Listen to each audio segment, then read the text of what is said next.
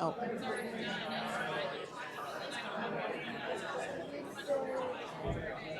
according to the, Does it matter? I don't know. it's pretty obvious who we are. Yeah. Good morning, everyone. Thank you for joining us for Startup Week Boston. I heard the traffic isn't great out there, so I thank you all for being here with us today. This is the 9th annual Startup Boston Week, so very excited about that. The mission of this conference is simple. It's to bring people together across the entire startup community, every industry, department, and funding stage. Startup Boston exists to connect, educate, and celebrate this ecosystem while serving as a trusted, unbiased guide to the best resources that can help you start and scale your startup. My name is Linda Brown, and I'll be your host today. I'm a serial startup junkie. Maybe junkie's not the right word, but I like a little chaos in my life. I've been through 3 successful exits and 4 M&A events. So I've had my share of chaos, and I've probably been in every department known. That's the fun of startups, right? You get to wear a lot of hats. And this year I'm wearing the MC hat to help get our various talks going. Before we dive in, I did want to give a huge thanks to Suffolk University for again hosting this event. They do that generously because of their deep commitment to supporting Boston's startup community. And that's it. With that, I will start things off to our moderator, Jamie, and let her get things going. Thank you. Thank you so much. Good morning, everyone. Thank you so much for being here on Monday morning. I know the traffic's horrible, and yeah, it's getting cold here in Boston as well. But I'm very excited. This is my second year here at Startup Boston, and I'm a non-technical founder myself, so I'm very excited to be sharing this panel with my fellow founders to discuss a little bit more, especially with all those exciting new AI tools everyone's talking about, like vibe coding, how are we actually using those? Can we like replace our CEOs, all those AI tools? We're very excited to share more with this audience here. So we're gonna start with around like 45 minutes of like just casual discussion of like, you know, things that we have like a list of questions, but everyone here is a builder. So we'll just be talking about our experience building communities, building our product. And then we'll leave the last like 15-ish minutes for questions. So if you have any questions that you have in mind, just raise your hand. So I would like to have my fellow panelists start with a little self-introduction about their background, how they have been building the startup ecosystem, and I guess how they have been using different AI tools to start this panel. Why don't we start with Sophia? Sure. Thanks, Jamie. And hi, everyone. I'm very excited to be here as well. Also a non-technical founder. Right now, the partner of That's Global, which we help founders and institutions to turn ambitious ideas into real ventures. I'm also the founder of Square Lab, which we operate and invest in real estate adjacent sectors, business, and niche tech. So myself, we built and bootstrap a corporate solution, a corporate housing solution right now in around 15 million under asset without writing a line of code. And before that, I was in finance and got my MBA at MIT and then moved into entrepreneurship. Never wrote a line of code myself. I always use off-the-shelf tools and work with technical co-founder to build a product. With the current AI and a lot of automation tools, I think right now it is a really, really exciting time for those who are willing to take risk, ready to hustle, and have the tenacity to really start building. So I'm very excited to be here and discuss this with my panelists. Fantastic. Thanks so much, everybody, for coming. My name is Karen Kelly. I'm a non-technical founder. I have built businesses inside of tech, outside of tech. And I've worked in a lot of different industries. I've worked in advertising and healthcare, but I've been in tech for the last 10 years. And the reason why I am so excited about where we are today is that I've always sat in the seat of someone who cannot code. Whether I was the president of a company or the founder or CEO, it didn't matter. I lost control of timing, vision, and finances. So I am so excited this genie is out of the bottle, and I am running full force. Right now I'm the co-founder of Launch by Lunch. We are a community for non-technical founders and fractional experts. We firmly believe that a rising tide lifts all boats. And so if you want to talk about any of that stuff, I am your girl. Hello, my name is Elizabeth McCorder, and I'm the co-founder and CEO of Thrive IEP, where we take diverse data sets about students with learning differences and disabilities, and we translate them into actionable, accessible plans for the adults that surround them and support them, as well as for the students themselves. I used to introduce myself as a non-technical founder. I think I'd like to edit that, and I would like to say that I'm a technical founder who does not code, because I think the nature of what it means to be a founder in this day and age, as Karen described, is completely different. So the non-technical part of it has redefined itself. Our team is building our entire platform using AI coding tools, but that does not mean that we don't understand the technology that is organizing that information and that is allowing us to scale, simplify, and really access the deep technical knowledge, the information, the experience that we've developed over the last 20, 30 years each, and deploy it very quickly and at low cost without, as Karen described so nicely, running into the timeline and kind of the vision creep challenges that come along with a traditional engineering system. Awesome. So before we dive into questions, I actually like to do a little like pulse survey of the audience here. So how many people here consider yourself technical? Ooh. Oh, okay. That's actually a pretty good representation. And how many people here is a founder or want to be a founder in the future? That's more people, right? We have more people who are interested in becoming. Okay, how many people want to be a founder of a tech product? Let's put it this way. Okay, so we do have a great representation of people who are interested in building products, but don't necessarily have the engineering chop of like coding. But I like to start the conversation with Elizabeth. So you mentioned that your team is building a product with non-tech, like with a lot of those new tools. Can you just give us your full tech stack right now? What are you building? What is AI tools you're using? How much do you guys vibe code? Who's in charge of like writing the prompts? Any tips of like building a product from scratch using all those latest tools that we're seeing in the market right now?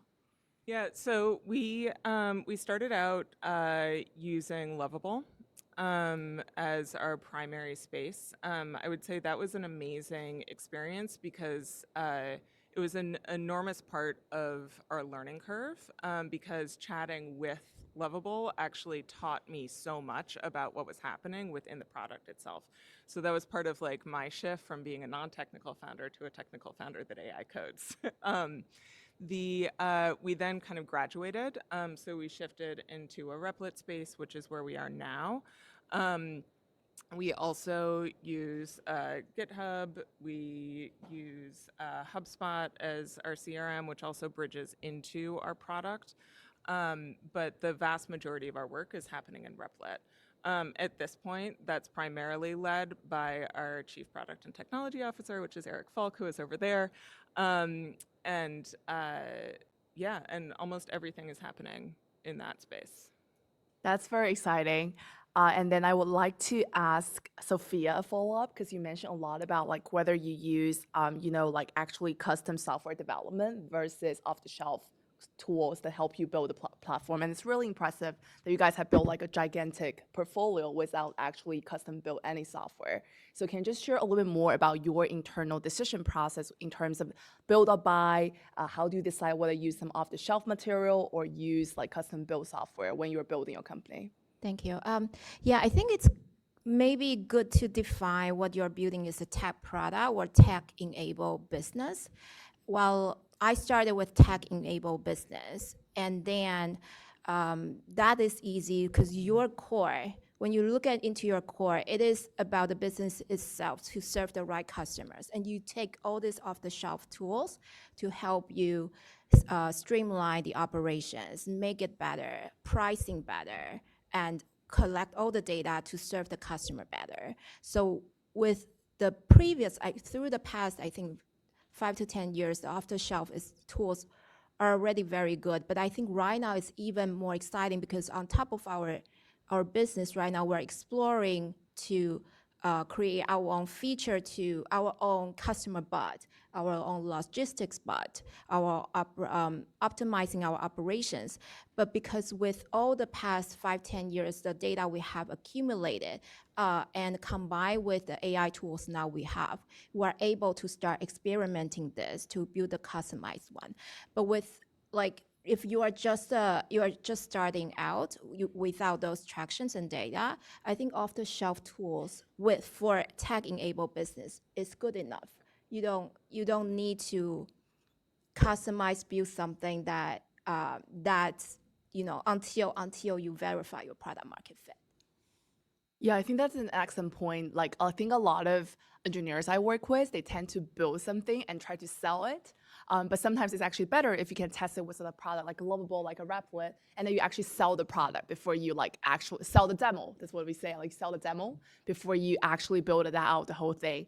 A follow-up question to that is, how do you guys manage data when you guys were using, like third-party or like off-the-shelf materials? Because you mentioned that data is very important, especially with AI today. You have to have your own data that can help you train your bot better. So how do you guys do the trade-off, and how do you guys make sure that you collect all those data, even though you're using some third-party software? That's a good question. I have to say, we haven't done a very good job on that. So if anyone has a suggestion, I would love to hear that. But our business is not so data sensitive. It doesn't work too much with personal data. And when it comes to, for example, the logistics AI, the logistics optimization tool we're trying to build, it's our own proprietary data that we just collected over years. So that is easy for us to do that. In the past, I've done fintech startup when it comes to data privacy was extremely important. And I think at that time, forming early partnerships with data providers, with institutions is very important. But that requires a lot of effort. So when you go into, whether you haven't already decided which path you're going or you're still thinking about the venture you are building, I think incorporating those data privacy early on, the data barrier you will have to encounter is one of the key things you want to start thinking before you really work on the product. Yeah, it's very interesting because I'm building in healthcare right now. And Karen, you mentioned that you worked in healthcare before. We all know the word HIPAA and how challenging it can be. And then as you're working with health systems, with SOC 2, high trust, and all those words, it just rings a bell in my mind. I'm like, oh my God, what are we going to do with our patient data? I think this is a great segue for us to dive in a little bit deeper into managing tech projects and tech teams. So Karen, I want to get your perspective since you have managed multiple different teams and different startups. When do you think a non-technical founder like myself need a technical co-founder? And how do you find those people and make sure you work well together when you don't necessarily speak the same language? I love this question. We talk about this a lot at Launch by Lunch and with our community. So number one, you don't need a technical co-founder. That is my opinion. I'm sure people would disagree with me in this room, but today in 2025, to get a product out to market, to build an MVP, to put it in front of your audience, and to learn whether or not the world is ready to pay for your product, you don't need a technical co-founder. You can build these things in a week on these products. I'm happy to show you how. So I would say, and we see great news, we see tons of evidence that there are VCs out there who are funding pairs of technical, non-technical co-founders. That's really exciting. Oftentimes it's two women, maybe one's a product expert, maybe one's a marketing expert, but neither one of them have ever really written a line of code. So I would say that's a huge change. I mean, that's a huge change even from a year ago. 2 years ago, I outsourced an entire product that I wanted to build. I made a lot of mistakes, but unfortunately, like I couldn't make them myself. I had to literally pay for those mistakes. And like I said, you lose control of a lot of things when you do that. So what we advise our members in terms of like, well, how do when you need further technical advice or you need a bit of low code, what do you do? Or you just have a question. Like a lot of times with non-technical founders now, with the tools that are out there, you can get really far and then you get to a decision point and you have to either like go left or right and you're like, I just need to know which way to go here. And they just need a little bit of guidance, or like take 2 steps to the left and take 1 step forward, and they're like, got it. And they run another 10 miles, right? But then another question comes up. So one of the things we've been telling, like, you don't need a technical co-founder for that. You maybe need a fractional CTO, but I also think, and I think eventually all those organizations will need one. If you have two non-technical, eventually you will, if you scale. But what we talk a lot about is finding really great advisors. And what we have found is Boston is a place full of people who have a lot of expertise, many of whom are in this room, who want to give back and who want to help. And they're excited to just be part of, this new wave of growth. And so, a lot of times I think if you find the right advisors, and again, that's part of what we aim to do, is help make those connections. That's really important. And I also think that eliminates another problem, which is finding a technical co-founder. I mean, I went through this for a long time looking for someone, and it's very hard. It's not just, and this is really important, I think, it's not just, do they have the skills you need, or do they have experience building the type of product you want to build? It's, what is their personality style? Is it complementary to yours? Are they more like, do they love details and spreadsheets and you love marketing? Aside from just their core skill set, so much of it comes down to personality. I one time worked with a CTO who just like really hated getting up out of bed before 9 a.m., but like, I'm ready to roll at 7:30. I'm like, let's go, let's scrum.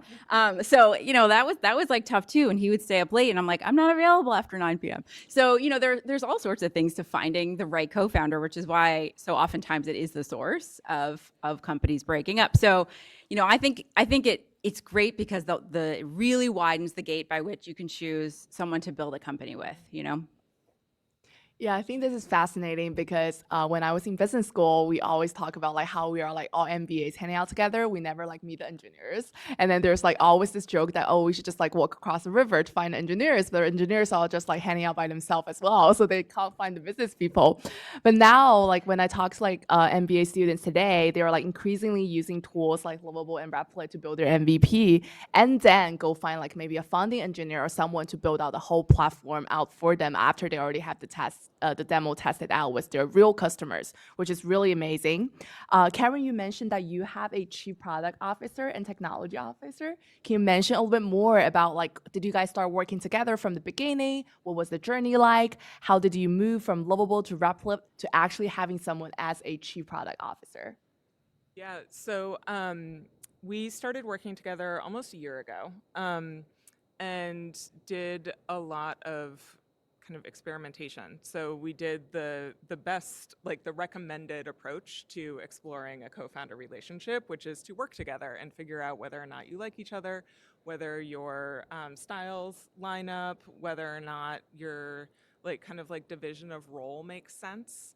And in this case, we worked together on contract for a period of time.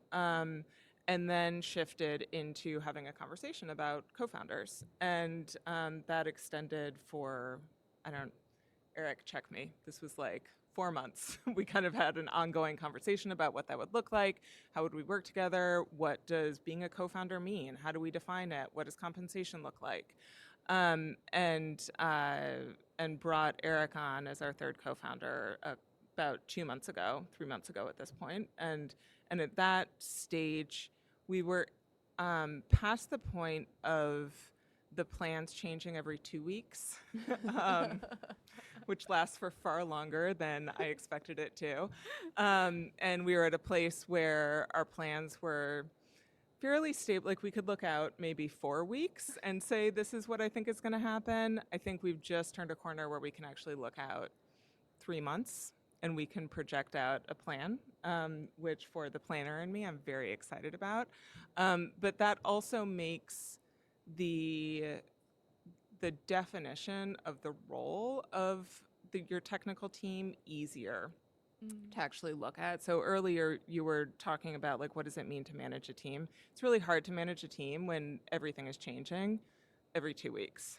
And it's really, really hard to project with enough security what those deliverables need to be. How do you hold people accountable when the ground is shifting underneath you constantly? And so I think part of what I would advise is actually in this day of AI coding and tools where you really can build something and test it and see if it's viable, to go as far as you possibly can without bringing on an engineering team where they're expecting to be able to look at something and say, I'm going to build this over the next 5 months, because it's changing. So it's not a good investment of time, money, equity to try to aspire to that when you have other choices.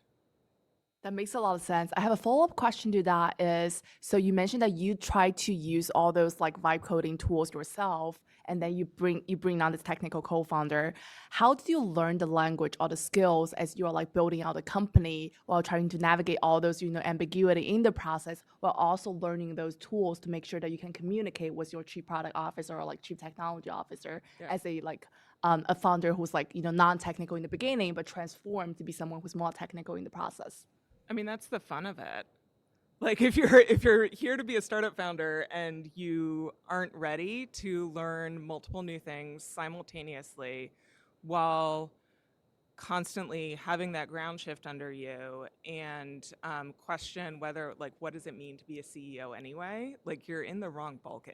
Like, early stage startups is a constant state of learning new things and adjusting your expectations of yourself and the world around you and how you think things are supposed to work, because they probably don't work that way in the context that you're existing within.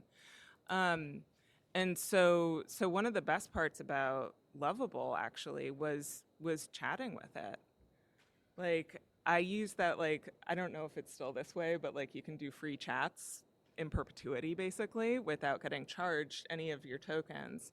And I would just ask it a million questions. Be like, do you actually think this is the right thing to do? And it would be like, yeah, and this is why. And here's how this lines up with your SQL database. And I'd be like, oh, SQL database, cool.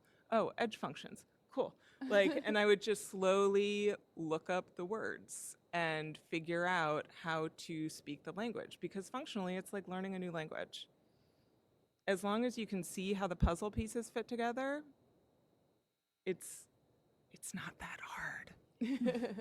Like, and it's a lot of fun, and it's deeply, deeply empowering to be able to actually see what's happening and how it evolves and solve the problems on your own, especially, I would say, as a woman founder and a first-time woman founder, when you are so often expected to not be able to do this by yourself. And that's enormous. Yeah, I was reading some newsletter, I think, and I think there are people like just building business off Lovable, just like purely vibe coding on Lovable, and they create literally like millions of dollars in like annual revenue. It's really liberating and just empowering to see how those tools can be capable of producing. But it's also very interesting because I think our company, we use V0 a lot for prototyping of like our UI UX interface. And it's very interesting that how that's sometimes just really a V0, meaning that it's very easy to start from scratch, but it's actually much harder if you want to make it like scalable. So this is a question for Karen. How do you think about managing, those technical debt and scalability issue as you are building a company that hopefully, like, we all want our company scale to thousands of millions of users? How do we do this trade-off between, have something that's like really easy and vibe coded and like just really easy to produce versus like actually thinking about the architecture, the cloud infrastructure, and all those things to make sure that you're building a scalable software? Well, first, I think you're bringing up a really good point about how easy it is to vibe code a lot of these things. And one of my first thoughts after actually, if I take a step further back, I think one of the biggest things that holds people back to what Elizabeth was talking about in terms of like actually getting into these tools, and your question about like, is just a psychological barrier of like, this feels really overwhelming. And like, I'm told to use 12 different tools. Like, which tool should I use? And I only have 25 minutes, and which one should I pick up? And I think that is holding a lot of people back. unfortunately. I wish it didn't, but you know, that's the nature of AI right now, which I also think is really important to like find somebody else who wants to learn something and just pair up with them, buddy up with them, and just learn one thing together. Elizabeth and I both sort of turned on to these tools at the same time, so it's been fun to kind of go on the road with her and like in the background we're like, what does this mean? What are you doing? I don't know what's happening. So it's really fun to, again, that's why we're also focused on community at my company, because I do think it's much easier. But getting into more around this idea that of scaling, first, if you can vibe code something in a day or a week, someone else can too. And I think that's a really important part of this discussion for all of us to have and to think about, because ideas are cheap. Really, ideas are worthless. Vibe coding an idea in a week is a little bit of something, but to be honest with you, you have to be, all the same principles apply to a vibe coded business versus a regular startup or any other small business in the world. You have to be solving a problem that people are willing to pay for, and they have to like your product. They have to like using it. And so I think those things are really important to keep in mind in terms of when we think about going out into the world. Okay, if you can do it, somebody else can too. But then I think in terms of scaling and things like that, there's a lot of discussion out there that, well, in order to scale, you know, you're really going to need to use some of the more legacy products. You're going to need to bring on a technical someone.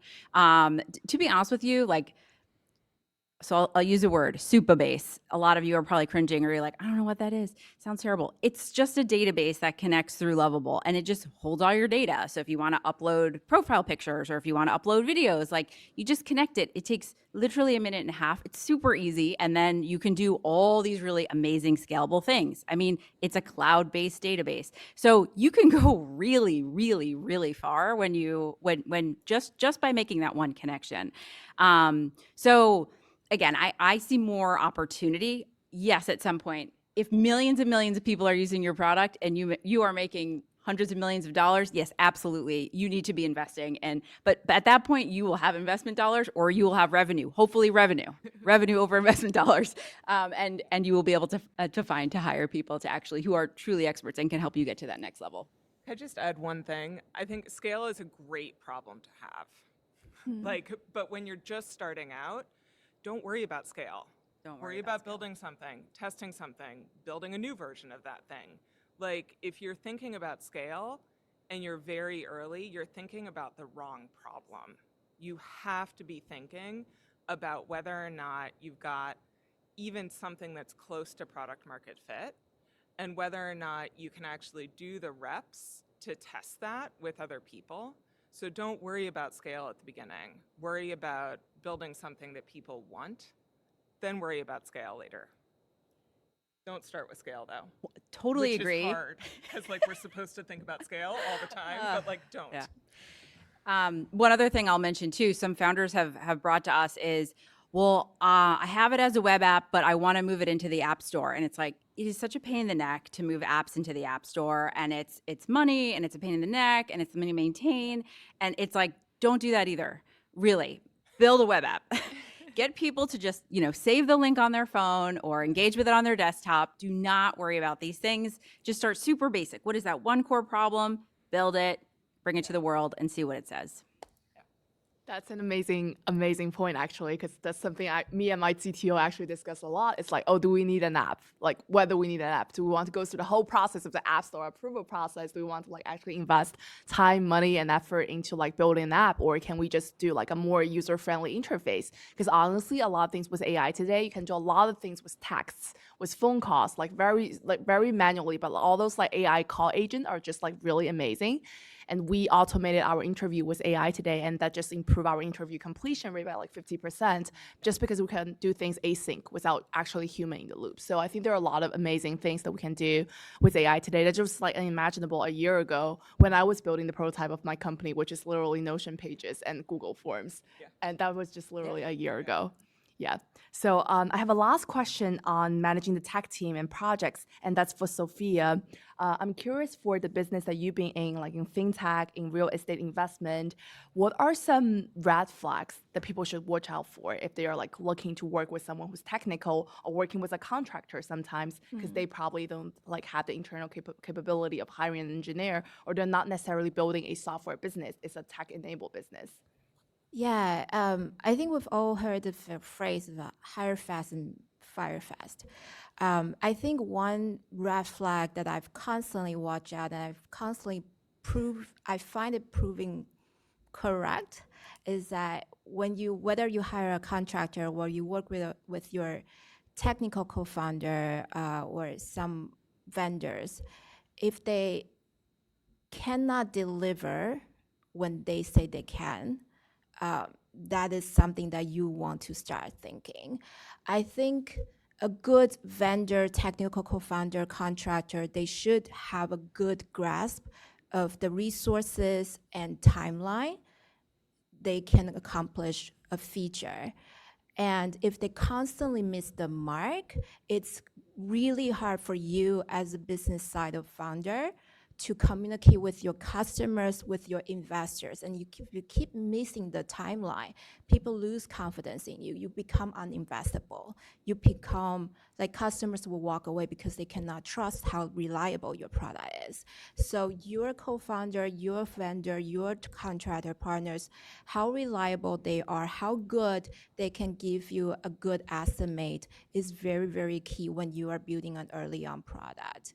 And don't get me wrong, like you will always, like you are 90% of the time, the tech team will always ship a feature that needs to be iterate, or, they might miss the deadline by 2 weeks. That's totally normal. But if they are like giving you a time and they miss a total 2-3 months, I think that's the time you need to have a conversation. And if it keeps happening, they don't have a good knowledge of how the time estimate and resource estimate, and that will make your business very, very difficult early on. Wow, 2 to 3 months. Has this ever happened to you guys? Yes. And this is why we vibe code. Exactly right. It's that control piece, right? Like, I mean, again, we're gonna probably be late too, but at least I know why I'm late. I want to add, I think here I'm not saying like a big feature shift. I think I'm talking about small, like, okay, maybe take it back. I think a good partner founder, they should be also very good at communicating the steps, the roadmap. And it's not like, oh, we have an end goal and then we have this big feature, but how do you break down like what timeline they're going to hit? Because you always have to go back and review the product feature and how this works within your business. You might be changing along the way. It's not like you ship a big feature into the market, the customers don't like it. You want to test it out small pieces, piece by piece. And I think breaking it down is helpful for both business side and technical side. Yeah, I think that's really interesting because Elizabeth kind of alluded to it, is that when your business goal is kind of like moving every 2 weeks, it's actually really hard to have like a 3-year technical roadmap of like, oh, those are all the features we're going to ship within the next 3 years. It's incredibly hard to plan for that when you don't have like something set and then, oh, this is the customers we're building, this is the contract we have, and then now we're actually going to be investing and then building the product. Very, very interesting. Okay, now I want to move on a little bit into talking about, like what the things that founders should be cautious about when using AI. We talk about all those amazing things using Lovable, Replit, and all those like new tools people can be using to ship something really easily. So Elizabeth, I'm curious, what AI and automation tools that you see founders should be cautious about adopting when they're like experimenting and vibe coding today? So I think in general, what I would say across the board with these AI tools is assume that they're going to lie to you, because they will. Like, they'll say they did something and they didn't. So maybe not trust but verify, but like sort of trust and verify deeply. I think, and building that assumption in that they're going to say that they did something that didn't happen or isn't happening in the way that you think it's going to. I think the other kind of mindset, and I know I'm not quite answering your question, but I think the tools are changing so fast that that every point in time answer to this question is going to shift 2 to 4 weeks later. But assume that you're giving instructions to a very junior staff member. Be explicit, ask lots of follow-up questions, clarify what you're looking for, and be okay with going back and having them undo work the same way that you would with somebody who's like just out of college, who's joining your team, who's never been in a formal work environment. So I think as long as you assume those things going in, you'll catch the mistakes and you'll be able to choose which tools actually work best for you, because I think that's the other beauty of this time, is that there's so many tools out there that you can experiment with them. Use all of the free trials, give them all a try and see what you like, and then just land on that one and stop trying other things until it stops working for you, and then find something else. Yeah, that's an excellent point. I still remember when I used Cursor for the first time, and then Cursor would say, oh, I did all those changes for you, but when you actually go into the code phase, none of those are done. July. Like none of it is in there. Yeah, I was just going to say, it does want to please us. It wants to please you. And it's not trying to lie to you. It thinks that it did it, but it didn't. But one thing I will say in general is that AI is very good at fixing itself. So, but you have to ask it to. Yeah. So if, like, I've untangled a lot of spaghetti vibe coded products by simply asking the AI, like, I don't see this thing that you said that you put here. Can you please tell me why it is not there?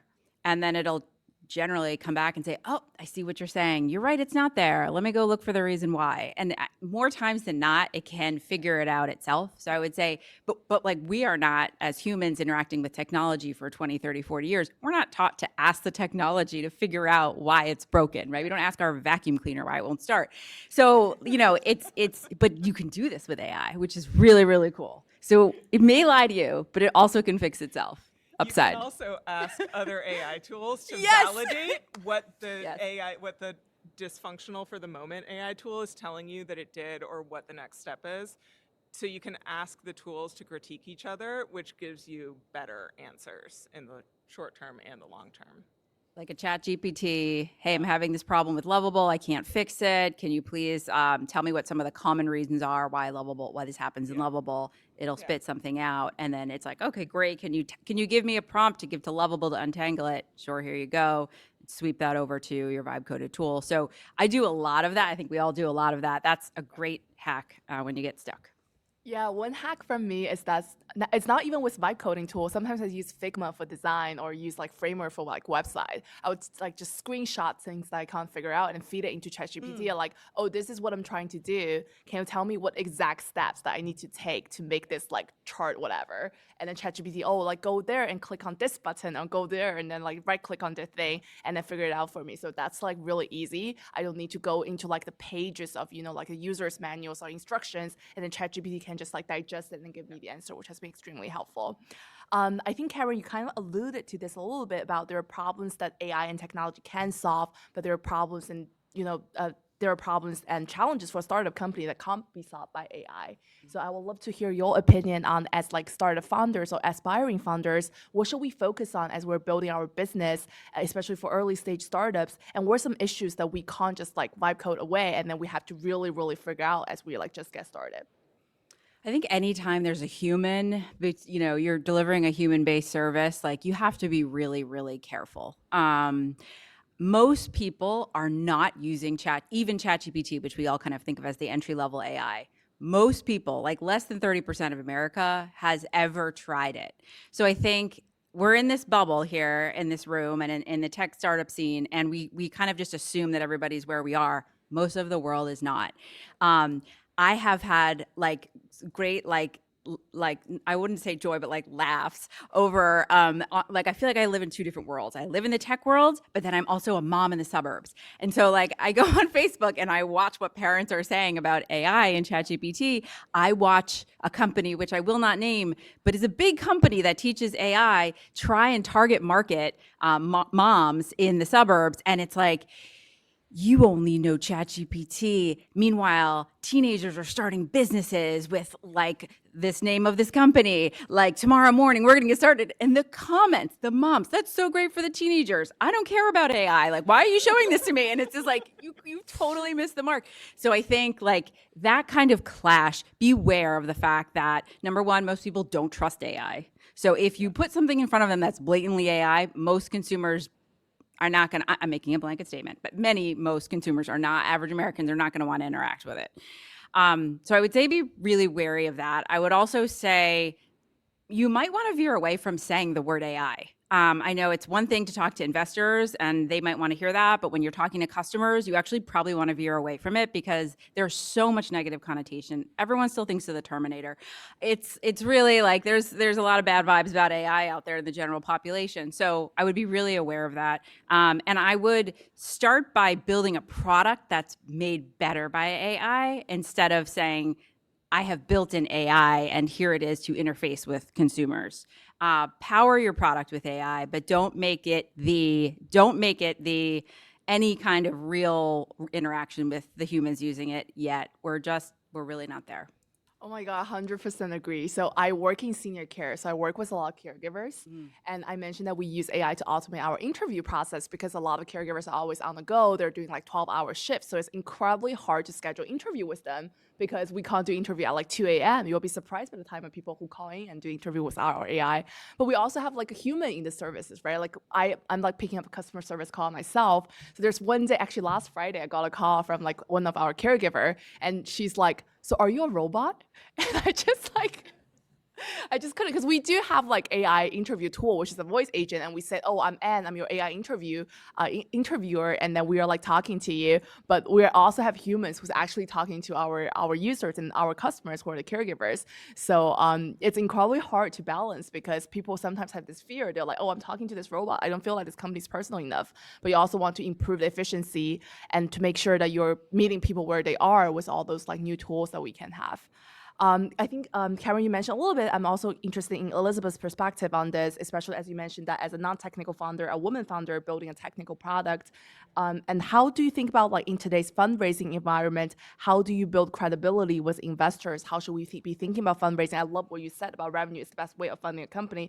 Absolutely believe that. But as we are building our company, a lot of us need to raise money. A lot of us need to talk to investors. So Elizabeth, from your perspective, what are some like strategies and tactics non-technical founders can use to talk to investors and build credibility? I mean, I think understanding the pain point, demonstrating credibility in other ways. So like we know our pain point, like we have done our due diligence. We understand who our customers are and what their needs are, and we're able to bring that to the table. And then we're also able to show that we built stuff. So like, I think it's different when you haven't built something. There's an angel investor, early seed investor who's always like, show me what you built, build something and then come back to me. And now you can build something in a week. So the conversation is starting to change. I think and then the other piece is like, you're inviting somebody into your company. You're inviting them into an opportunity, and you're inviting them into a team that you believe in. And so if you don't believe that your team is the right team, they're going to feel that, and they're not going to be interested in investing because they're going to know that you don't have confidence in your team. And so, but I have 150% confidence in my team, and I bring that into every conversation, because I know that we can do this. And so that credibility, and I think this is the reframe of like, oh, you don't have a CTO? Like, what's wrong with you? It's shifting into a completely different conversation. And I think we have the opportunity to start to really push the envelope as founders, because investors need founders too. Like, this is a two-way street. I love that. When I was like fundraising, I also think about how I'm also giving the investor an opportunity to invest in an amazing company. I mean, when there is like the power dynamic and also like with the challenge of like talking to all those like super big name funds, sometimes you feel like vulnerable as a founder. But you have to believe that you are actually inviting them into the company by giving them a great opportunity to work with you. And the confidence is really something that's really matter in the process. I would add one thing there, which is that if you are non-technical and you don't have anyone technical on your team and you're sitting down with investors, number one, they probably know that, so that's a good sign that they've taken the meeting. But number two, like, you want to head it off at the pass. Like, learn what you need to learn, know your tech stack, understand how your product works, and lead with that. When you lead with that, you've got the t-shirt on, right? You've got the credibility and the credentials that you need. Use the language, learn the language. Like, there's work to be done there. But when you lead with that, I think it changes how they are seeing you. That's an amazing wrap to our discussion here, and I would like to open it to questions. So, wow, I see many hands. Okay, we'll start from the one in the back. Please make sure you have a microphone. There's two of us walking around with them. Hi guys, thank you so much for the discussion. I have 3 questions, if that's okay. Sorry. It'll be fast. First one is, since the barrier of entry is lower now thanks to vibe coding, what's the type of traction that these vibe coding founders are showing to get funded? The second question is that it was mentioned that ideas are cheap. Some of these vibe coded businesses are starting as a passion project. I have one. At what point should these passion projects require NDAs when having discussions? And the third one is for you, Karen. Hi. I applied your suggestion during the weekend of getting users. I got them at a baby shower. The feedback was overwhelming that they want the native app. They don't want a web app. So at this point, should I continue getting feedback, or should I start, going through that grueling process of a native app? Okay, who wants to take the first one on funding? So in terms of how do you position traction? And then what's the threshold of getting funded? I feel like this is the question that everybody wrestles with all the time. I would say customers, preferably paying ones, is your most significant traction moment. I think it's part of why pushing for that first paid customer is such a big deal. And then I think like the other traction numbers really depend on your product and what does customer success look like for you. But I think the biggest one, like if you can focus on anything, it's paid customers. Because people will use something for free. Do they convert to paid? That's the answer to question number 3. Go get those people to pay you money for their product. There's nothing inherent about that product that needs to be on a mobile device. So either they love it. If they love it, they'll open up their Chrome browser, or they'll open up their desktop. Bottom line, any customer, they love what you're delivering, they will go out of their way to use it, and they will pay you money. Yeah. So, like, that's the bar. Yeah. Right. Sophia, do you want to take the question on NDA? And I actually want to add on to the first question. I haven't done fundraising for a while, so I don't know what the market right now is, but we do periodically go out and we like scout and like invest in company or buy companies. And what we are looking for really low threshold. Like if you have 10, 20 paying customers and making some good money, like some product market fit that we think we can include in our portfolio and have a good synergy with what our existing ventures and we're interested. And by that, I think an interesting landscape shift right now is that it is true, before idea worth nothing because you have to go out and build. Right now, I think idea is still worth nothing because you have to go out and get your customer to pay. Paying customers is a very, very powerful market validation because everyone can build a product right now. But you probably are the only person or one of the few people that understand the target market you are addressing very, very like deeply. And that is the insights people like us, we don't know.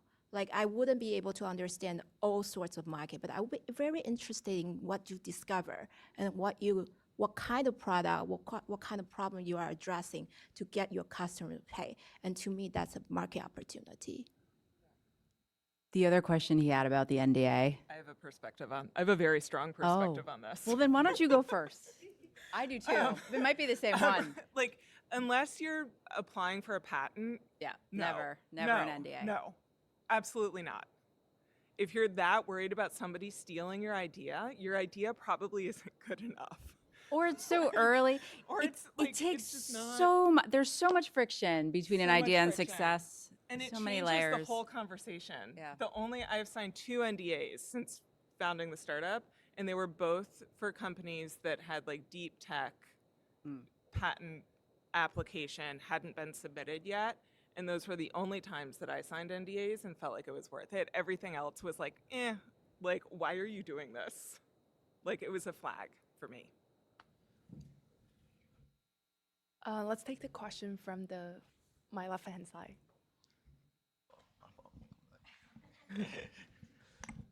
Hi there. Thanks so much for your comments. It's also really awesome to see a all-women panel. My name's Claire. I do fractional research and product strategy for startups, and I mostly work with women-owned and minority-owned startups. And I work with a number of founders that have disabilities. And often when they hear, you can do this in a week, what they hear is, this isn't built for me.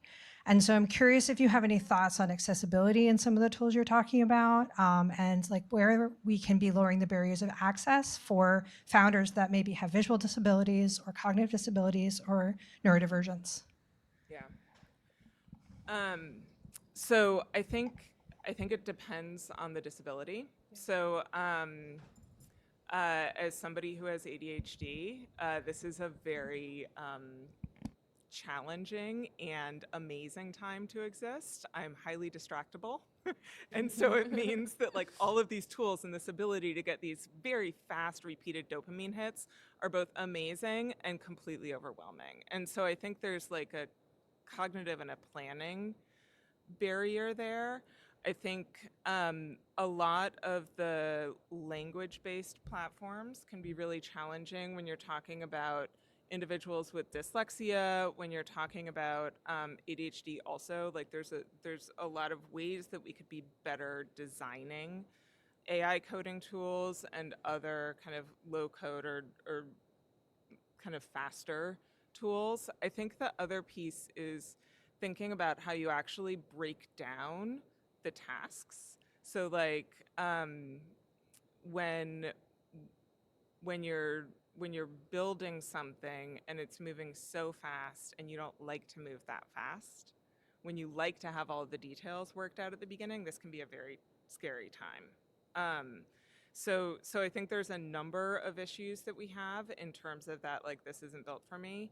I do think we have a lot of opportunities in terms of where disability tech is going, to see how this can actually be an accelerant to accessibility. And so I think there's a whole group, group of dedicated specialized funders, as well as accelerators and things like that that are very much focused on disability tech that I'm really excited about, and ways to point out how current technology is actually not accessible as well. So I think there's opportunities there, but I also think, like, to go back to Karen's point from earlier, like, a lot of this is about community.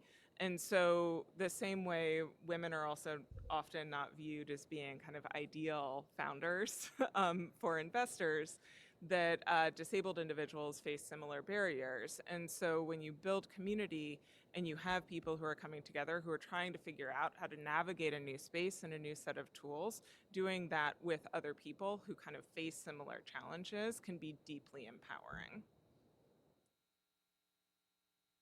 Front row here.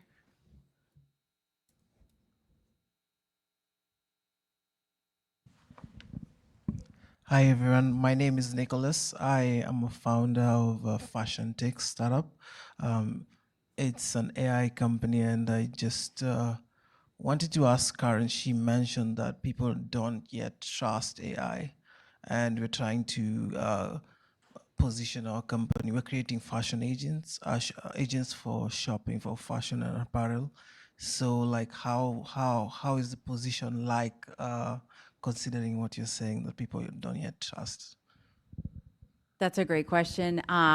So I think one of the unique things about what you're doing is that what your company does, it's not like it's going to go. I mean, as long as you prevent it from actually buying the clothes without them approving it, right? Because I think that's what you're saying is that these agents go out and they have intelligence about the individual and they can kind of pick out clothes. Is that basically what? Yeah, okay. So it's customized. So that kind of intelligence sounds really sweet. I think I would not build it in such a way to start off that like we're going to go find the clothes. We already know you like these brands. We already know your size, and we're going to buy it for you. Like, of course, that'll scare people. But I think if you send agents out to go find styles based on XYZ for you, customized, that's awesome. I want AI to do that for me, and then bring it back to me, and then I'm going to make some selections, and then when I'm good and ready, maybe I will let it go make a purchase on my behalf. But I think it's okay to do it that way. But I don't think you need to. I wouldn't lead with AI in your marketing or in your company name or anything like that. We don't care. I don't care that it's AI. I just know the benefit, and I think that's really important. What is the benefit of your AI for any company? Put that out front. Yeah. Saving time, whatever it is, put that out front. Yeah. This gentleman has had his hand up for a while. Yeah. No, that's you. Oh, waiting for the mic. Hi, good morning. Thank you. I have two questions. First, Elizabeth, you mentioned that you graduated from Lovable to Replit. I was wondering what Replit can give you that Lovable perhaps was falling short. And then my second question was for Karen. You mentioned also that ideas are cheap, and right now, if you can build it in a week or a day, somebody else can. How do we defend our new company if that's a reality?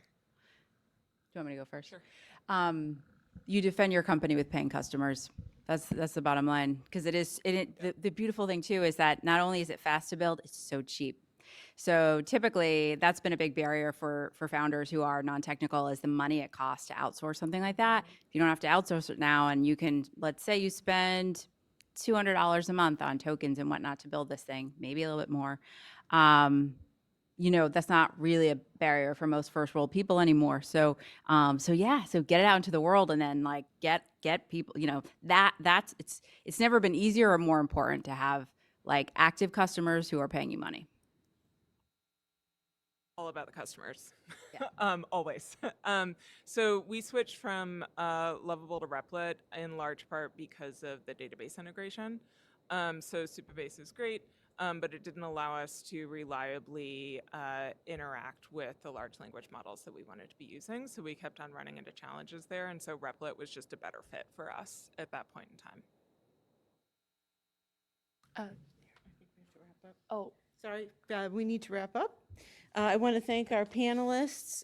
More folks are going to be around all week, so feel free to grab them outside of the room afterwards. We have a lot in store today in this room, and also tonight at 6:30, we have a welcome party presented by HPE and NVIDIA. So come back to this room at the end of the day and join us for social hour. It'll be another chance for you to see people and ask questions and discuss all these great things like not using the term AI. I love that. And I'm part of the fractional ecosystem, and I think it's such a great way because you don't need to hire so early. So, and I also want to also reiterate the fact it's so great to see 4 women up here on this panel. So thank you very much. If you want to ask questions of the panel or talk with other folks in the room, I would just ask you to move out of the room. We have a full half hour this year in between sessions. But we need to reset the room and get ready for the next session. So please just navigate out into the main part of the floor here. Let's see what else. Oh, for early stage founders, this Friday at the closing party, you'll have a chance to share your ventures at the Startup Showcase event. Very fun event. Stop by the welcome desk in the first floor lobby for details. And I think that's it. We will see you at the next session, and thank you all for your time.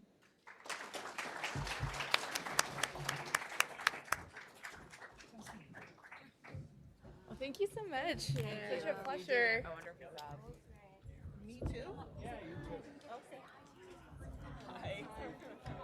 Can we just get all you guys? Oh, yeah, absolutely. Hello. That's a good question. Unfortunately, everybody's leaving. Maybe just up here. We're doing pictures. I want to take